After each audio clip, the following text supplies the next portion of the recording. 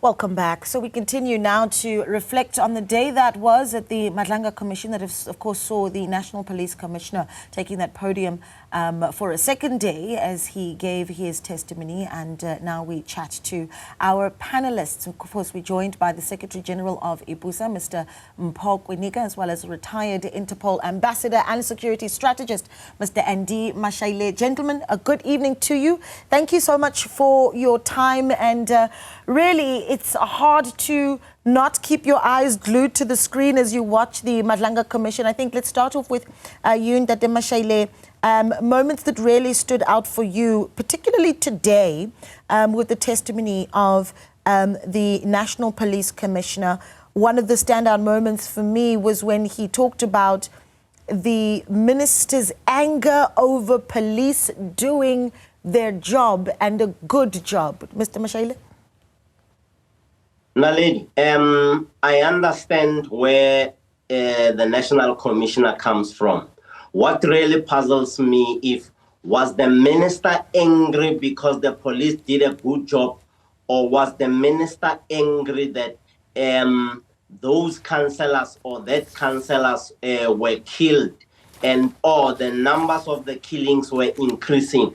I can't put my finger on the pulse, but I will allow the National Commissioner to express his perceptions or his opinion on the conduct of the behavior. I also did not hear the National Commissioner saying he asked the minister why the minister was angry. Maybe I could be speaking from the land of facts, not the land of emotions that I saw displayed in that response. Yeah, Mr. Kunika, your thoughts on that particular issue that was raised by Masemola today, the minister angry over the police doing a good job, and then, of course, making that observation where he quotes him as saying, "My observation is that further existence of this team is no longer needed." You know, he goes on to say that the minister told him that he said after 1994, it is just murders that are happening, not political killings. That is scathing. Yeah, I think he had expressed his observation of what he saw of the minister in that room. He's not sure why was he upset, but he is indicating that he had shown that expression and voiced that anger after he had raised the issue of the good work that is done by the task team. But it's a very interesting time. We are all watching this very closely, because it is his turn now to give as much as he could or he can in regard to the issue that Madlanga is looking at currently. So we will also wait and hear the turn of issues when the minister comes to the podium. Yeah, you know, all of this is taking place while we're also covering stories of court appearances, sentences being handed down, for instance, in political killings, very high-profile matters. And then, of course, also today, Mr. Mashaile, even more clarity behind the murder of ANC Youth League Secretary General Sindiso Makaka, a prominent name. If there is some confidence that is being restored, though, as we start to really unravel what happened to these prominent individuals? I am happy and must congratulate the criminal justice cluster system for resolving that tragic moment when Sindiso Makaka was killed. I must also say I am impressed by the visible evidence that law enforcement agencies, SAPS and/or the Directorate for Priority Crimes and the PKTT have the ability to resolve these matters. I think in the past we had a reason not to do that, and that reason best known to the drivers of violence and best known to the drivers of the political spectrum in terms of candidates, in terms of many of these issues that led to the assassinations in KZN that we have seen, that we never thought could be resolved. I am convinced, Naledi, that the police, when put under pressure, can do their job. Now, a question in my mind doing rounds would be, what's stopping us us meaning law enforcement agencies, the NPA, and the total package of the criminal justice cluster to adopt that spirit in resolving all those cases of rape, all those cases of human trafficking and kidnapping, and not only high-profile cases. Yeah, can we get into just the National Police Commissioner, Mr. Kuniga, today also really talking about what he calls an attempt at a power grab by Shadrack Sibiya. And then, of course, the intelligence unit naturally comes up there. He says that he tried to take control of the cold case unit and even replaced Lieutenant General Dumisani Khumalo. You know, also this being an incredibly important team because it was also the team that is overseeing things in the Senzo Mchunu murder case. So what this says about just the extent at which we were seeing allegedly Deputy Commissioner Shadrack Sibiya really wanting to take over the wheels here. No, this is very amazing that we all have to wait for this commission to address the misconduct of people who serve under our reigns, because the National Commissioner is the custodian of discipline. He did not have to wait for this moment to deal with those issues. We're talking about issues which have been coming you know, for quite some time. We're not talking about issues which happened yesterday. And that to us as the union is very disturbing, because most of the people who have been, you know, suffering the wrath of investigations of misconduct were junior police officers. And we are so glad today that the senior police officers in this service today are fighting over the control over this system. And we have been complaining about this thing. Naledi, let me take you back a little bit. Please, yeah. You remember the case of Brett Cable? Of course. It happened in 2005. It was an assisted suicide, and we are informed that senior police officials were involved in that debacle. And the dockets were in the hands of a serious and violence crime unit. For senior police officers to get hold of those dockets, they have to close down, they have to shut down all units which were very, very strong and powerful in addressing crimes during that period. And then after this closure of these units, 2008, there was a need, people saw a need to reopen these units. Why did we allow this to continue to happen up until today? Because even most of these officers that we are talking about today, they were there. They were senior police officials during that period. What did they do then, which is different from what they are doing today when the PKT has to be closed down? Interesting, right? The full circle, the very concerning full circle moment. But let's take some calls now. We'll hear from Richard in Sandton. Richard, good evening. Thank you for calling. Good evening, lady, and good evening to the panelists and your viewers. Thanks for calling, Richard. Talk to us. Look, two things stuck out for me today. And I'll start with the first issue of the 121 dockets. Of course. All along since the July 6th, we heard from Madlanga Commission that these dockets had been taken by Shadrack Sibiya. Today, Masemola then testifies that they were only taken in March 2025. We go back in time and we know that the dockets are from 2018. So since inception till now, the dockets have been with Madlanga Commission for almost a decade. He's done nothing. Within a month that they're taken away, he comes on national media, press briefing, they've taken these dockets. Masemola then says he's surprised by it, he didn't know what was taking place. But the critical one today was the explosive testimony in closing by Masemola about the Richards Bay saga. In Richards Bay, Madlanga Commission, on his third day of testimony, says that the task force and national intervention unit under the presidency was deployed to Richards Bay without his knowledge and killed a suspect. Today, Masemola goes on and debunks him openly to say there was no intervention from the presidency, there was no special task force deployed, nor was the national intervention unit deployed to that area. It was normal cops. Now, there are glaring lies that are coming out. And it's actually leaving the South Africans with egg on our faces because we are now looking like a circus. But particularly once perjury starts setting in. You know, when a senior official like Madlanga Commission lies on numerous occasions, particularly dragging in the presidency, it's a murky area for us to be playing in, and we should not allow it to happen. Yeah, that's a very strong point. Thank you so much for calling Richard and Santon there. Mr. Mashayile, perhaps help us with now what needs to be done or said about the role of the presidency, where, again, we heard National Police Commissioner talking about how, there was knowledge in the presidency of the disbanding of this political killings task team. What you say needs to happen now for that to be dealt with? Naledi, this is a serious egg on all of our faces, as well as the criminal justice cluster. Someone is not telling us the truth.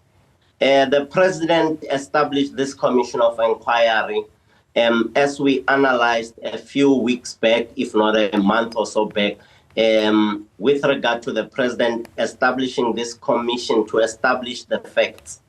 I said in one of the interviews, I don't expect the president to be sitting through.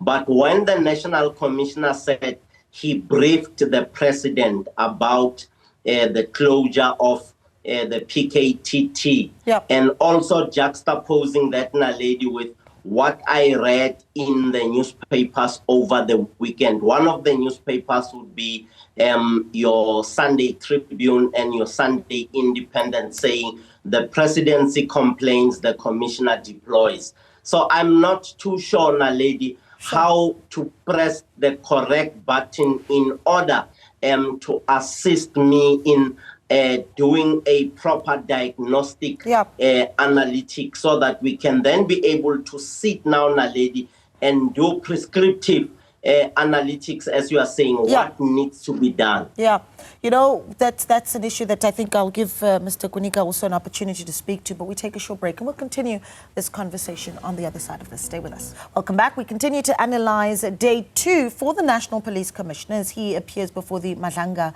Commission, and of course saying that Sibiya wanted to have a power grab, saying that this was to protect criminals. That's the allegation put forward by the National Police Commissioner today, among others. So we take a look at a few WhatsApps from our viewers who've also been watching and responding. Paul Mukwena from East Lynn in Pretoria says, evening, Naledi. President Cyril Ramaphosa must remove Mchunu permanently from his position. What kind of minister who gets angry when the police are doing a good job? It shows that he is a corrupt minister. Paul, thank you so much for that. Mwako says, good evening, Naledi. Well, I think General Masemola's testimony at the Madlanga Commission was quite comprehensive, and at least he revealed what the minister's interventions were. Disbandment of the PKTT. This definitely shows the kind of leadership we have in various departments, which is wrong and can put the name of the country into disrepute. I'm totally embarrassed. Mwako, thank you so much for sending that. Cobra, interesting name, Cobra.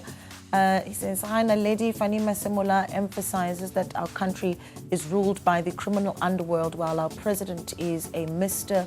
No Action. Cobra, thank you so much for that message. Mr. Kunika, that point that we raised just before the ad break, that the president was aware that there were attempts at disbanding the political killings task team. I mean, what that revelation says to you. Look, we were bothered when Mkhwanazi spoke about these issues publicly on the 6th of July. We wanted to know whether he had spoken to the National Commission of Police and did the National Commission, if he had done so, did the National Commission of Police speak to the president? Why was so? It is because of the chain of command. And we are happy that under oath, General Mkhwanazi have indicated that he had spoken to National Commission of Police. But he did not tell us what was the outcome from that meeting. Yesterday and today, we hear the National Commissioner of Police himself saying, yes, I have spoken to the president, but he did not receive anything tangible from the president. Of course, yes. He has been appointed by the president to lead the nation when it comes to crime fighting. If there are issues that troubles the department, and he does not find joy from the minister yet to go to the president. And then the president was supposed to have done something. And in this instance, the president have established Madlanga Commission to look into the conduct of those police officials and the minister of police and other people that are affected or are implicated in these matters. So he has done what he's supposed to do. But what is bad now is that what the National Commissioner is saying about the presidency is whether the president will be in a position to come and attest to this at Madlanga Commission. And South Africans are waiting. Yeah. Let me bring you in here once again, Mr. Mashaile. There is also the issue of, in fact, in June when you and I spoke on this very platform, we had a conversation around, and you'll remember this, the arrest of the crime intelligence boss, Dumisani Khumalo, on fraud and corruption charges, and we deliberated on that a bit in June. Well, now here we are. There's the possibility that he may very well appear before the commission. That may be in camera. And what you think that he would be able to put on the table. But also I think it's important to reflect on the relationship between himself, Ndandla Mkhwanazi, as well as Masemola. And that speaks to what some may call some factions within our policing. Now, lady, as per our last discussion, we saw there were camps. This conflict had two sides. On the one side, you had the minister up on top, and you had General Sibia second in the chain, and thirdly, you had Firoz Khan, General Firoz Khan. We saw this in the public media. On the other side, on the other hand of this conflict, at the top was Minister Bekitele, followed by General Masemola, followed by Ndandla Mkhwanazi, and right at the bottom was Dumisani Khumalo.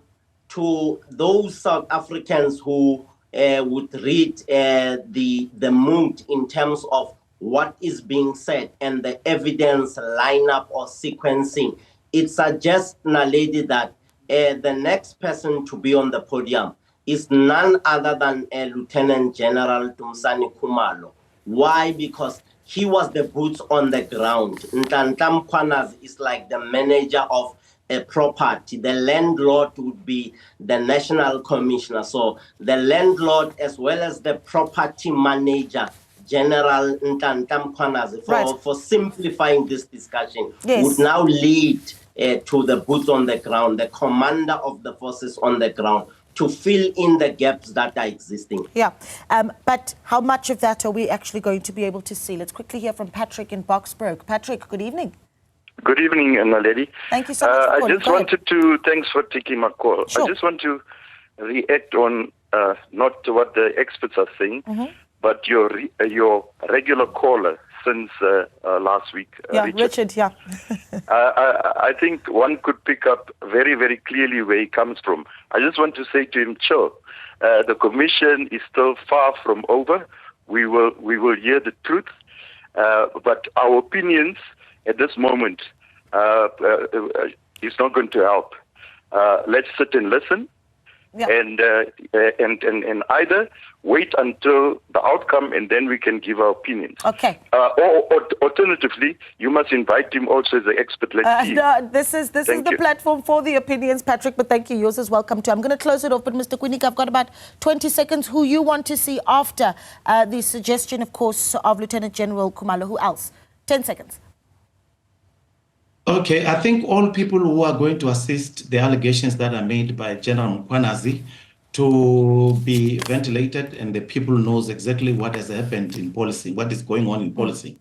It will be very important. Remember, the two who have appeared now at what we call the FICs, the First Information of Crime, and they've given it to the public, and then people must come and support what they've said. Yeah, gentlemen, we did that very fast, but thank you so much for your time. It really is appreciated. Mr. Mpho Kwinika, the Secretary General for IPUSA, as well as Andy Mashaile, the retired Interpol ambassador, as well as security strategist.